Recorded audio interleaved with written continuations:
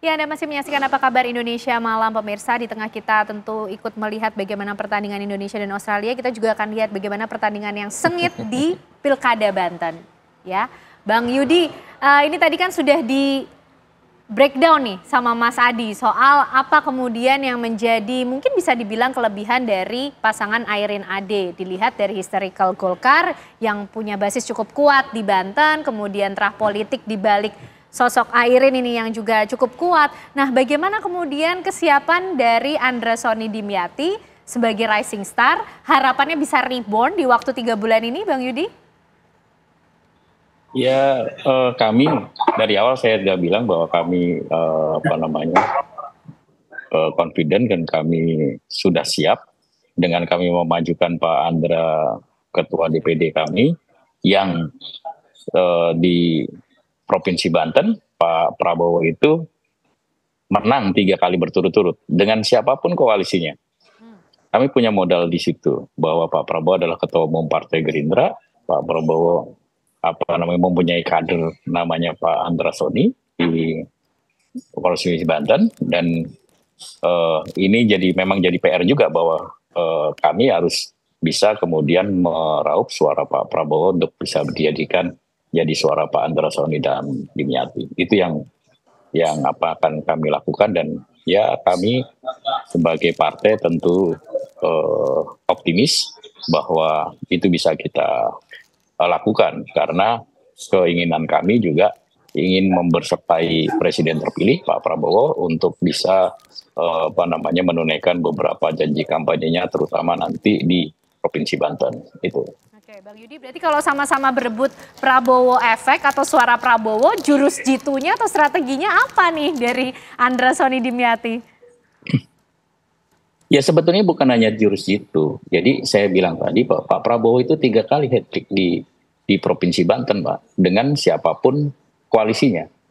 Gitu, 2019, 2024 dan lain sebagainya. Saya tidak mau mengecilkan teman-teman koalisi, tapi Pak Prabowo punya segmented tersendiri di masyarakat Banten. Dan masyarakat Banten juga yakin bahwa Pak Prabowo bisa memimpin Indonesia menjadi lebih maju. Nah, untuk membersertai Pak Prabowo untuk bisa memimpin Indonesia lebih maju, kami punya kader Partai Gerindra langsung gitu ya, yang kemudian program-programnya akan membersertai Pak Prabowo jadi di Provinsi Banten. Strateginya di situ. Bagaimana kemudian suara-suara Pak Prabowo yang ada di Banten itu bisa kita raup sebanyak-banyaknya. Oke, Bang Melki, kalau kemudian tadi kita sudah tahu ketokohan figur Airin ini, apalagi kalau kita lihat survei elektabilitasnya sejauh ini per hari ini masih tinggi. Tapi jangan dianggap remeh juga nih pasangan Andra Sony Dimyati seperti yang disampaikan oleh Mas Adi. Bisa-bisa kemudian reborn dalam waktu 3 bulan ini ada kejutan atau efek lain yang bisa membooster pasangan Andra Sony Dimyati. Ya, memang politik itu tidak ada yang bisa dipastikan sampai dengan ujung terakhirnya itu di coblos dan perhitungan suara. Karena ya itulah seninya politik ya. Dia tidak menyediakan kepastian sampai dengan di hari H itu baru kita bisa tahu pasti calon suara. Nah, tapi memang kalau kita bicara probabilitas hari ini memang Bu Airin relatif diuntungkan karena seperti disampaikan oleh Mas Adi Praitno bahwa memang sejak lama memang mempersiapkan diri ya. Nah, tentu dengan kondisi yang ada ini kami terus mendorong agar Bu Airin dan seluruh kekuatan di Banten, baik itu teman-teman PDIP dan Golkar maupun juga semua relawan untuk terus bekerja keras ya. Karena sekali lagi tidak ada kemenangan yang bisa dipastikan, apalagi ini masih ada waktu yang cukup untuk siapapun bisa bekerja, sehingga tidak boleh lengah dan tidak boleh merasa jumawa. Nah, misalnya contoh juga ya Mbak Ken, ya, saya kan juga maju di Provinsi NTT misalnya, sebagai calon gubernur di NTT. Survei saya tinggi misalnya, sudah 50% lebih, tapi tidak bisa juga membuat saya menjadi tenang, harus turun terus, menyapa masyarakat, merangkul pemilih, dan ini kesempatan untuk semua orang untuk menyampaikan tentang dirinya dan apa yang mau dia bangun bagi daerahnya. Dan saya kira Bu Airin dan Pak Andra juga saya kira juga ini berteman ya, mereka juga sama-sama di Banten juga sama ini bertemu. Jadi saya berharap begini, tadi spirit yang sudah disampaikan oleh semua pembicara ini bahwa ini adalah anak-anaknya Pak Prabowo semua ini. Jadi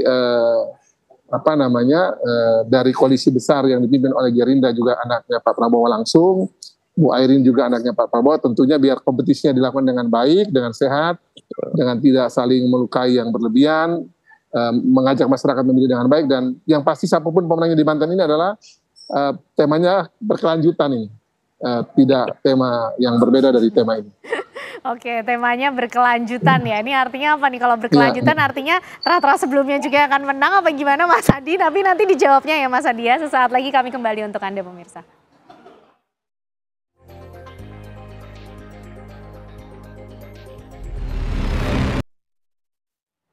Ya, kita akan kembali melihat bagaimana adu kesaktian para jawara Banten ini. Mas Adi, ini tensi kontestasinya di Pilkada Banten akan seperti apa? Karena katanya sama-sama ada Prabowo-nya gitu kan. Tapi yang satu juga ketokohannya kuat, yang satu partai yang mengusungnya juga banyak. Tapi yang tokohannya kuat ini juga ada 2 partai besar di sana loh. Ya, saya kira memang akan adu kuat 2 kubu itu persis ya. Bahwa Andra Soni dan Dimyati itu akan memaksimalkan semua partai pendukungnya, ya itu persis. Termasuk misalnya berharap ada Prabowo efek dalam Pilkada di Banten juga pasti akan dimaksimalkan sebagai instrumen untuk mendapatkan dukungan politik secara maksimal. Termasuk ketika Raffi Ahmad ditunjuk sebagai ketua tim sukses, saya juga bagian dari ikhtiar politik supaya Andra Soni dan Dimyati juga mulai muncul secara signifikan di Banten. Begitupun dengan Airin dan Ade Sumardi ya, saya kira mereka cukup yakin dengan mesin politiknya. Nah, cuman kalau kita melihat pilkada itu kan pertandingannya beda dengan pilpres dan pileg. Yang dilihat adalah figur yang bertanding, yang dilihat adalah soal siapa yang ada di nama dan foto di kotak suara. Itulah yang kemudian akan menjadi faktor penentu. Bahwa di situ Prabowo kuat, bahwa di situ Golkar kuat misalnya. Tapi at the end of the day-nya orang akan melihat siapa sebenarnya daya tarik yang utama adalah figur. Bukan lagi partai, bukan lagi influencer. Ini yang saya kira akan kita lihat selama 3 bulan ke depan head to head. Dan tos-tosan antara Airin dan Andra Soni. Disitulah kemudian peluang-peluang untuk memenangkan pertarungan itu ya pastinya akan semakin serba terbuka ya. Kalau mau jujur partai Kim Plus lah anggaplah begitu di Banten. Kalau ini dimaksimalkan instrumen politiknya, kekuatan pileg yang kemarin dipakai, pilpres dipakai juga kuat. Dan bisa mengalahkan Bu Airin. Tapi ingat, seringkali mesin politik di pileg dan pilpres itu seringkali nggak bekerja. Karena pileg itu yang bekerja adalah caleg-caleg yang punya jejaring ke bawah. Dan itu seringkali juga tidak inline dan tidak dipakai dalam pemenangan pilkada. Karena pilkada itu beda orang dan beda tim sukses. Jadi anatomi kekuatannya bisa terputus dan bisa ganti orang. Jadi dalam konteks itulah bagi saya yang paling penting adalah bagaimana mesin dan instrumen pemenangan hari ini itu yang ada, itu yang akan menjadi ujian yang sesungguhnya. Kenapa saya sebut di Banten itu, sekalipun ini sama-sama orangnya Prabowo, sama-sama mengusung keberlanjutan, ini bagi Airin bagaimana mempertahankan dominasinya. Ini kandang keluarga besarnya Bu Airin. Ini terah politik dinasti Banten dari dulu nggak pernah terkalahkan. Dan itu pasti akan menjadi pertempuran yang menurut saya, ini persoalan hidup mati kekuatan politik di sana. Golkar khususnya. Kalau bicara Golkar di Banten, pasti bicara tentang terah politiknya Airin. Sementara pada setting bersamaan, Andra Soni, apapun judulnya, ini partai pemenang Pilpres, ada Dasko di situ. Dasko itu dapilnya di Tangerang Raya. Dan kita tahu bahwa Pak Dasko adalah orang yang saya kira cukup powerful, mampu mengorkestrasi begitu banyak instrumen-instrumen politik pemenangan. Dan itu yang saya sebut, apakah Andra Soni dan Dimyati ini yang dianggap sebagai newcomer dalam Pilkada Banten akan mampu mengalahkan dominasi Airin. Tentu 3 bulan ini yang akan menentukan segala-galanya. Serangan darat, serangan udara, instrumen-instrumen politik pemenangan pastinya akan dimaksimalkan. Inilah yang saya kira orang akan melihat nantinya apakah Andra Soni dengan kekuatan politik Gerindra plus partai pengusungnya akan mampu mengalahkan dominasi terah politiknya Bu Airin. Mengingat selama ini sepanjang pilkada baik di level provinsi, kabupaten dan kota, terah politiknya Bu Airin nggak pernah kalah. Oke, Bang Melki, artinya ini tinggal wait and see aja lah, lihat dulu bagaimana dari Bang Yudi dan teman-teman bisa meramu instrumen politiknya sehingga bisa membooster pasangan Andra Soni Dimyati, atau ini juga menjadi satu PR tersendiri bagaimana kemudian mempertahankan dominasi dan label selama ini terah politik dari Ratu Atut sampai ke Airin dan juga Golkar di Banten yang belum pernah terkalahkan.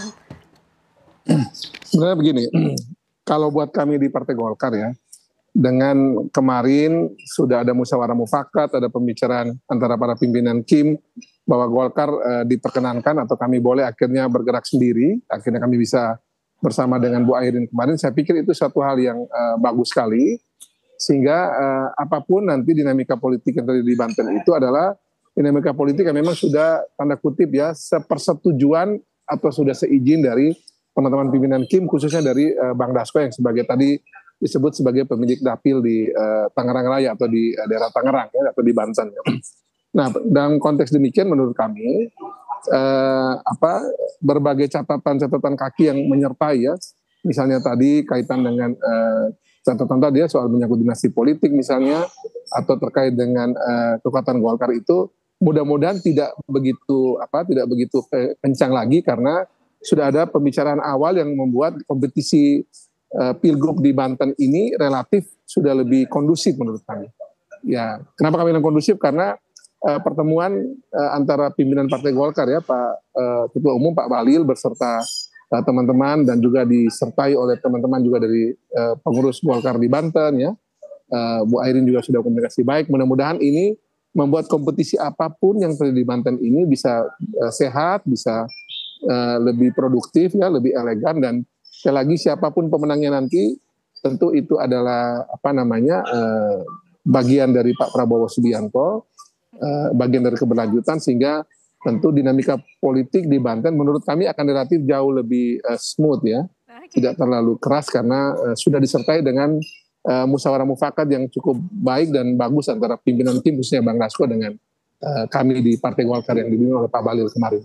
Dan yang kedua menurut saya yang penting begini, dengan sudah adanya pembicaraan ini mudah-mudahan Pak Andrasoni dan Pak Dimyati, ini dua-dua juga sahabat kami, kemudian juga Bu Airin dan Pak Adi juga bisa kemudian membuat kompetisi ini menjadi kompetisi yang baik, yang menang itu rakyat Banten, dan ya kepastian tentang Banten itu tetap menjadi bagian dari provinsi yang menjaga keberlanjutan pembangunan di Indonesia, betul-betul membawa warna Pak Prabowo dengan kuat, itu bisa kita juga pastikan itu berjalan.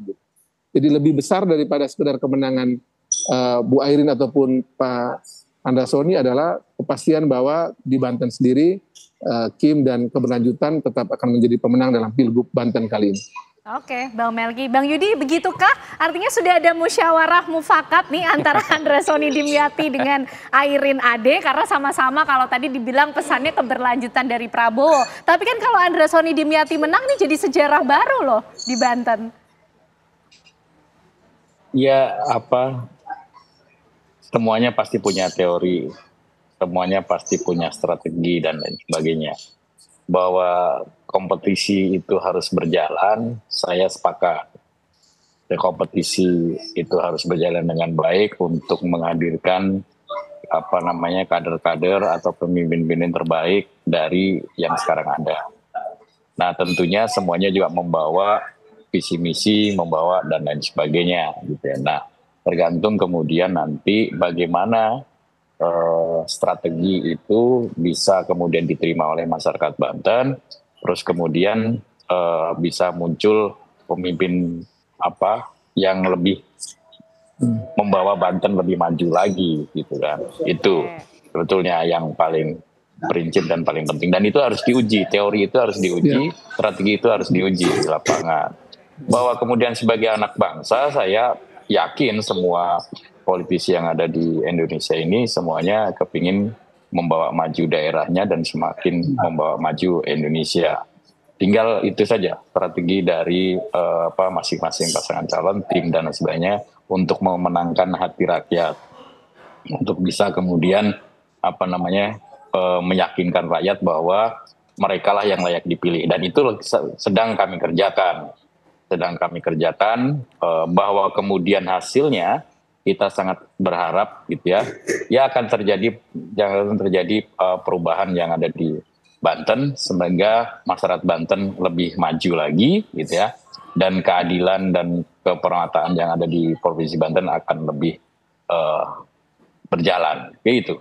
Oke, baik. Nampaknya di awal-awal nih masih smooth ya Mas Hadia semuanya. Tapi kita lihat nanti 3 bulan kira-kira akan memanaskah kemudian kontestasi yang akan terjadi di Banten. Terima kasih Bapak-Bapak, kita tunggu strategi-strategi dan jurus-jurus jitunya sehingga nanti kita bisa tahu siapa yang akan memenangkan Banten. Apakah kemudian akan kembali mengulang terah politik yang ada atau kemudian The Rising Star ini akan menjadi pemenangnya. Terima kasih Mas Hadi, Bang Melki, Bang Yudi malam hari ini sudah bergabung bersama kami di Apa Kabar Indonesia Malam.